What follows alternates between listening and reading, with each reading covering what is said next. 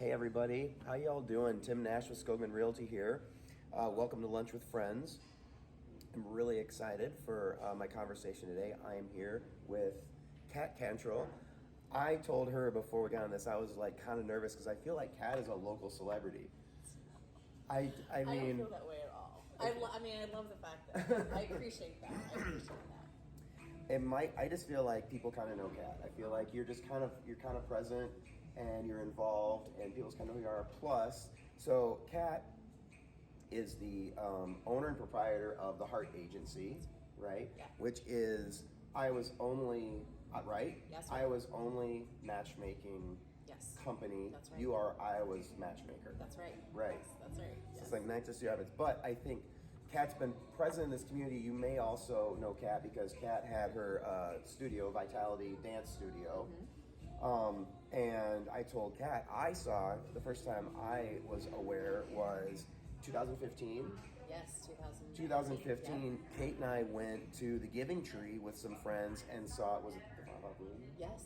The Va Va Voom dance burlesque show. That's right. Which was a really, it was a really awesome experience. I remember, I think the thing that I thought was the best about it was I remember there was a bunch of they were older. They were like people in their like 60s and early 70s who were in that audience. Yes. And loving it as much as maybe the young people, which I think I generally have thought those people kind of were prude, but everybody was getting into it. It was such a fun event. I'm so glad. Thank you for your support on that. Yeah. But I'm just very excited to be here with Kat. We are at Crosbys today. Yes. Having lunch. So good. Yeah. So they're open for lunch, so you should definitely come down and check them out. I got a salmon BLT, which I've never had a salmon BLT before. So I'm pretty excited about that. And you got the Caesar salad, which is salad with shrimp. And that's what you get all the time, and it's fantastic. So, after you listen to this, come down to Crosby's and have lunch. Okay. All right. So what I want, there's a couple of things that I want to kind of tee up real quick. So I've got two terms that I want you to define, but we're going to come back around to it. Okay, sure. But I want to tease it. Okay. So Kat has a podcast. You can go bring it in, yeah. And then the other side. Thank you. That's gorgeous. Wow. And this is for you. Thank you. You're welcome. So Kat has a podcast called Dear Matchmaker, right? Yes. Dear Matchmaker. And I was kind of going through her episodes, and I've got two questions, and that you're not going to answer right now. Okay. One, what is cuffing season? Okay. And two, and I've heard this term before, but what is love bombing? Okay. Yep. So you're gonna have to watch this whole thing to find out what those differences. That's how I'm gonna hook you. Yeah. All right. Yes. Okay, but so when we first sat down, you really just kind of went right into it. So I want you to backtrack a little bit, and I want to know why matchmaking. How did you? You're the only one in Iowa, so tell me, what's your story? Oh gosh. Yeah.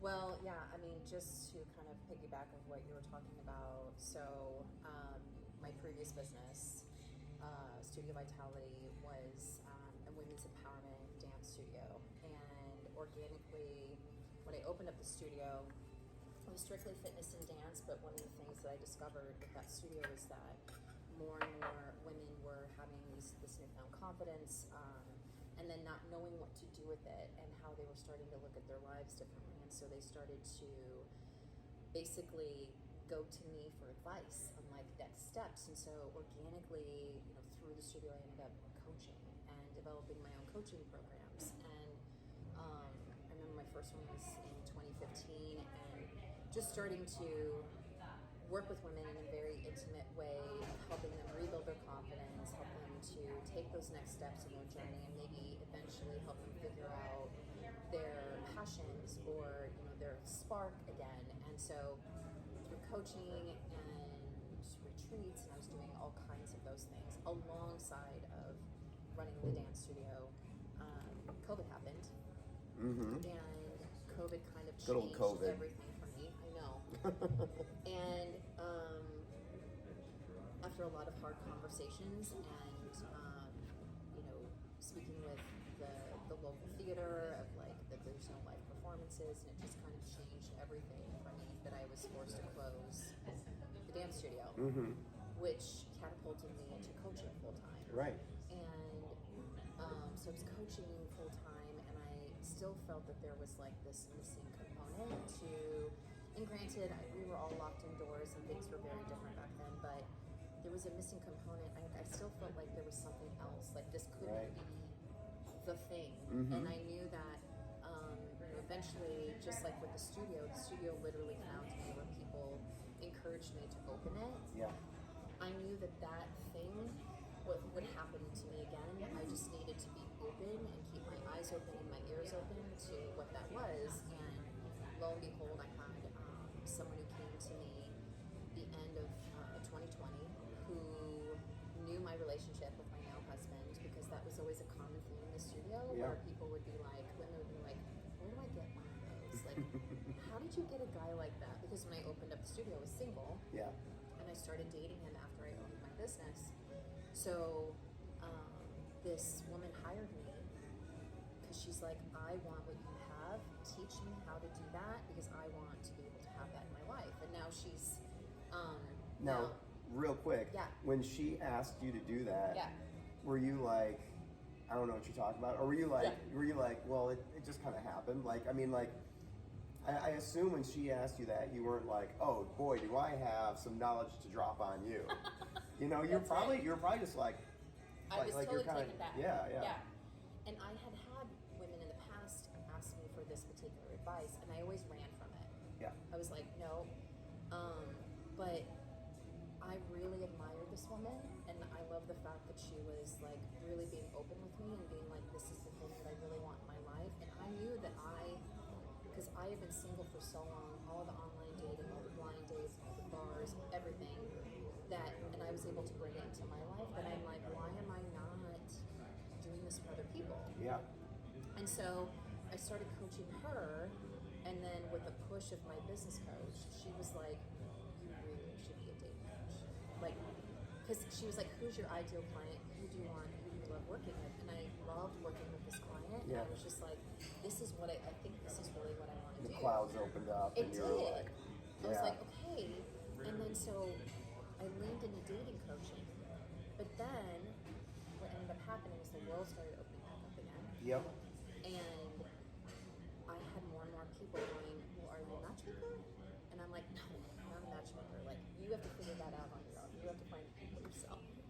Again, constant push and push from people that are like, oh, it's too bad that you're not, because I can see you really doing that. And it's like, so again, with the push of our community here, I was like, should I matchmake?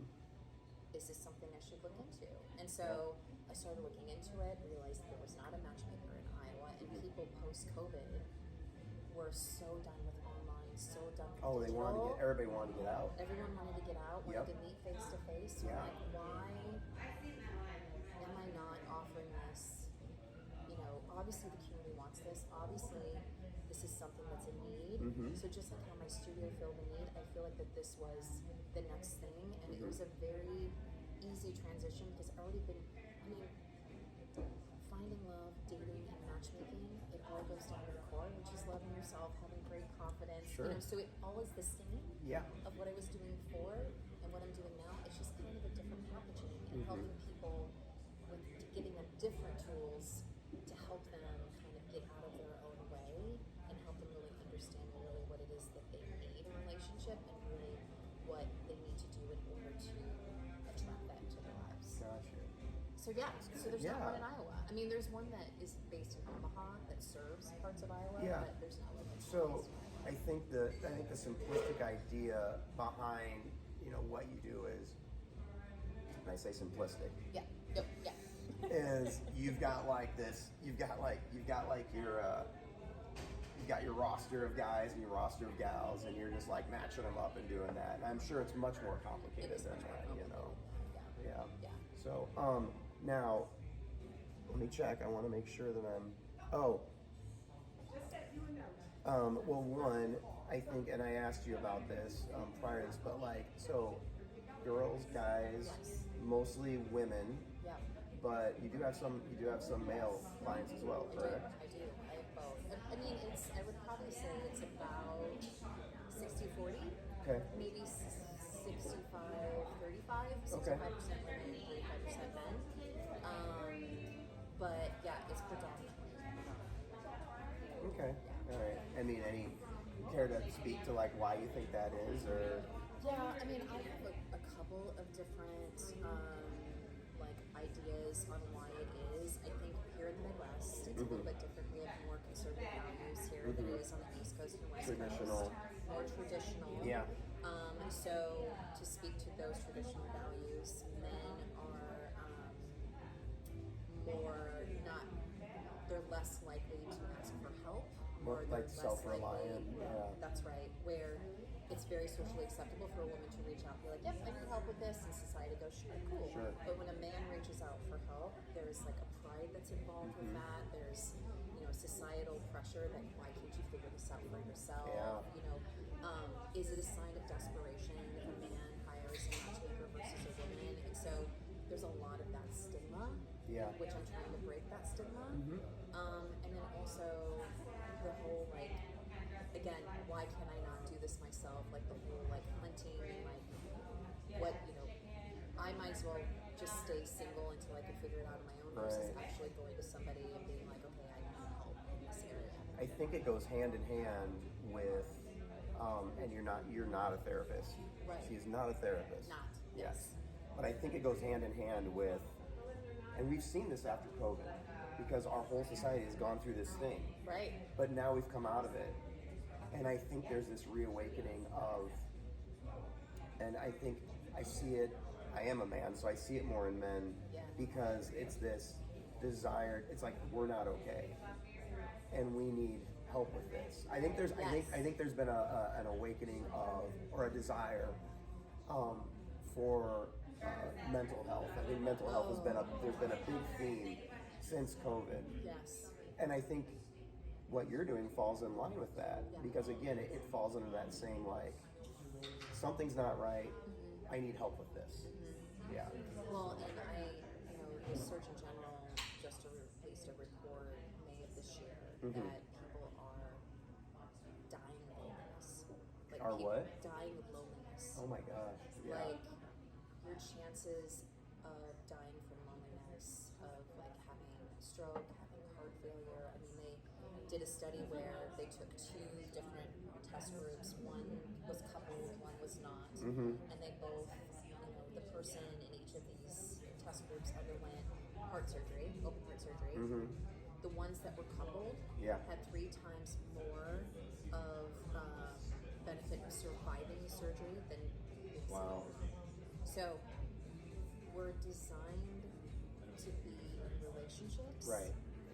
But the problem with what's happened is technology has really hindered that. Like you would think that it would enhance connection, Yeah. but it's actually really hurt connection. Where Pew Research just released a study that said 42% of people, because of technology, 42% of people claim that now making friendships and relationships in real life is harder and harder. Like they much rather just be behind a computer than actually have to meet people in real life. I know, and it's so scary. Yeah. It's and I know people that have embraced it to the point where, and I guess I know of people, they've embraced technology to the point where they are literally saying, well, I don't need any of this exterior stuff. Yeah. I'm good right here in my little bubble. Right. Yeah. Right. Yeah. So there's all these dating apps out there. Full disclosure, my wife and I met. We're an original Match.com couple, and the reason I say original is I'm talking 2007, desktop, no apps, no nothing. We were a desktop Match.com couple. So I don't say that. I'm not saying the dating apps are bad, but They're absolutely right. they absolutely are bad. Oh, yeah. Oh, Yeah. Kat's saying the dating apps are bad. Yeah. Yeah. They can. You can find connection Right. on a dating app. Don't get me wrong. I help. Part of what I do with dating coaching is helping people with swiping. So it can happen, Yes. but you have to know how to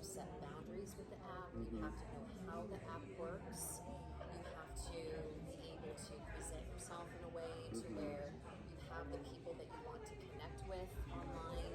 So there's a lot of metrics and a lot of systems and things that you can do to have a more positive online experience. But for the general public who's swiping, it's not easy. It's not easy. So professional service, you, Yes. even if people are using the dating apps, you're helping them kind of like get through like all that.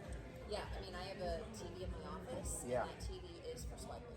Nice. So people will screen share, and Yeah. I will go when they, we'll look at the profile, Yeah. and if they're so quick to say no, I'm like, why are you saying no? Yeah. Like, I want to know why you're saying no. So just really quick, so what you're saying is there's this website out there where you can find potential matches, but you need somebody professional to help you make a smart decision. Yes, who's in your best interest, and it's not your family and friends who have agenda. I know that Zillow is out there, folks, and I know that like you think you like the house that you like, but maybe you need somebody professional to help you get through that process of Yes. purchasing the house and finding the right house. Yes. I know you're excited about that front porch, but we need to look at the mechanicals. We need to look at the age of the roof. Okay, that was Right. my own self-interest there. I wanted to like point that out because when I was actually prepping for speaking with Kat today, it was so interesting how many parallels I found Yes. between somebody looking for a partner Yep. and somebody looking for a house. Yes. It was hilarious. I was laughing about it yesterday. So, anyway, have you discovered any like I was gonna say any universal truths. Have you discovered any universal truths about relationships, about people finding people? Or I think the more fun question is, have you busted any myths? Is there anything that like people just generally believe is true Oh, sure. that you're like, no, that's 100% no, Yeah. that's false? So men, so there's a couple things. So women have this thing about men with height. Oh Like, you yeah. must be 6 feet. You've got a fun reel about the height thing. Yeah. And I appreciate the this because I'm average 5'9", so I appreciate The average this. height for a man is 5'9". Yes. See? Um, But I always say I'm short. Like do you? I self Like- like when I describe Yeah. myself, Yeah. I'm like, well, short guys, Yeah. I do. So And women come back with all kinds of arguments of why this must be, and I feel like when women put a height requirement, it is a way of sabotaging, right? my It's wife like- of 17 years is 2 inches taller than me. My point exactly. It's not like we're in the caveman times where you need a man who's going to wrestle a bear to make sure that Right. you can like have dinner that night, right? Yeah. So like the height requirement, to find a man who is single in your area, is over 6 feet, has everything that you're looking for, is a way of like basically not finding connection, right? So Yeah. that's one myth. The second myth is money. Oh, okay. It doesn't matter how much the other person makes. They've done studies that the threshold of happiness is 70,000. So when Security. yes. So when Like money's people not come something to that me- you aren't constantly worried about. Yeah. Right. I get it. Yeah, So yeah. people are totally. like, well, I want somebody who makes 6 figures because I make 6 figures, and which I understand. However, it's not happy. It doesn't play a part of the happiness factor in your relationship. And would you argue that? So I think that I think one place where I see that from a male perspective is there is an argument out there saying, well, if my wife makes more than me, then I am not as much of a man. Oh, like sure. there's that, Sure. which I think is like that's your problem. That's right. That's a problem that you have with yourself. That's right. That you kind of need to get past. And it's that's a form Yeah. of sabotage, Yeah. right? Exactly. So, I mean, You're having sacrificing your happiness because of this like Weird thing that thing that doesn't doesn't exist. Yeah, exactly. Yeah. And if you that 70,000 threshold, if you can make 100,000, 200,000, 300,000, the happiness does not matter. Like you don't get happier with the more money. Right. More money equates to more different problems in More different money, ways. more problems. Right. Yeah, right. So when people have money thresholds in relationships, that's something. Another one is education. Yeah. So people are like, I only can date somebody who has a college degree, or I can only date somebody who has a master's, or I can only date somebody who has a PhD. And I'm like, is that because you just want to talk about college times with the person? Or like, I understand, again, education is a measure that people have placed so much importance on because of online dating. Well, and I also think it goes back to the money question again. Yeah. If they don't have a college degree, well, they must not be making as much money, which I'm a liberal arts major. Trust me, Right. college degree does not guarantee salary. That's right. That's right. And I think, people, again, getting caught up in the education, because I'm always like, if your love style is intellectual, for example, so that means like how you feel loved is through the brain. So you're having a conversation with them, they value your opinion, they want to talk about matters at hand, that kind of thing. Just because somebody does not have a college diploma Right. or college degree does not mean they're not a smart, intelligent person. It just means that they didn't have the resources at that time in order to go to school. It does not equate to how smart they are. Yes. It Yeah, just totally. means you had privilege and Yep. opportunity. Yep. So, Got it. Yeah. No, I love it. yeah. Well, did you? Oh, wait. We gotta answer the question. So, Sure. cuffing season, Yeah. love bombing. Yeah. So cuffing season is between October and February. Okay. So we're coming. So we're up going into it. We're going into cuffing season, and the reason why it's called cuffing season is because people will seek out relationships to be in temporarily just to get through the holidays. So you just become handcuffed to each other. Got So it. you can go through Halloween together, Thanksgiving together, Christmas together, and then you come up to Valentine's Day. Now that you've gone through the holidays together, you come to Valentine's Day and you're like, Oh, that's been fun. that's exactly right. And then you become uncuffed. Gotcha. So people during cuffing season will make exceptions, will settle just to get through the holidays with somebody, only to just break up with them Okay. around Valentine's. So it's not a good thing. It's not a good thing. Not a good thing. It's not. And love bombing. Love bombing. So love bombing Is it a good thing or a bad thing? It's a bad thing. It's a bad thing. Okay. But I think understanding what love bombing is, it's these grandiose, like uncomfortable expressions of love and admiration in the very early stages of a relationship. Gotcha. Where Okay. it makes you uncomfortable, where you're like, why is this person already like talking to me about their parents? Why is this person giving me this extremely lush presents? I'm all of a having sudden? like you're triggering me from obviously 17 years, long time ago before I met my wife, where I know exactly, it was like a second date and it was like Yes. parents. Yes. And I was like, whoa, where's Yeah. it? Yeah. Mhm. Where, and it's like, they usually, love bombers will talk about us in the future, and I could see us in the very, Yes. and again, this happens within the very beginning of getting to know somebody. Yes. To where it makes you so, now there's a difference between love bombing and being romantic. Right. And I think that's, there are, when someone is being romantic with you, it doesn't really make you uncomfortable. Like, Gotcha. when you're paying attention to your intuition and like your gut, you're just like, okay, this is such a sweet sentiment versus, wow, I'm really uncomfortable. Like, they're pounding on all of this love. Maybe they say I love you very, very early. All of a sudden their life just becomes consumed with about you, Yeah. and it's to, usually love bombers are kind of go hand in hand with people who have narcissistic personality disorders. So that kind of, again, therapy. If you find yourself, if you're a love bomber yourself, you should probably look into why you are expressing these grandiose, Right. why you're wanting to express yourself in this way, and it's usually because of insecurity, because they want to nail down that relationship sooner than later. Meaning, I want to be exclusive right away. So again, when things move very, very quickly and it makes Yeah. you super uncomfortable, that's usually what love bombing is. Awesome. Yeah. Thank you for answering those. You're welcome. Okay. I could talk to Kat for forever. Yes. This is such an interesting topic, and it's such a cool business that you've cultivated, and it's really cool that you've found your niche. Hopefully, I feel like you Yes, feel like me you too. have. You feel like you found your Yes. niche. Yeah. So Kat can be found on Instagram at Cantrill or the Heart Agency. That's right. So you can find her on Instagram there. Check out her podcast. I think it's on all major platforms. That's right. Dear Matchmaker. Yep. Some podcast topics: texting don'ts and red flags before your first date, Yep. top things you should look for when seeking a partner. Yep. Red flags explained by a matchmaker. So, just some really interesting stuff.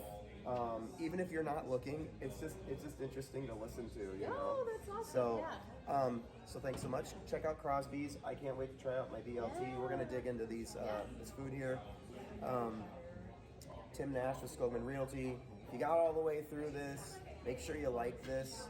Subscribe to my YouTube channel, although you'll probably see this on Facebook, but I'll have my YouTube channel link below this. All right, thank you so much, guys. It was wonderful talking with you, Kat. Thank you so much. Yep, Thank and you so much. we'll talk to you guys later. Bye.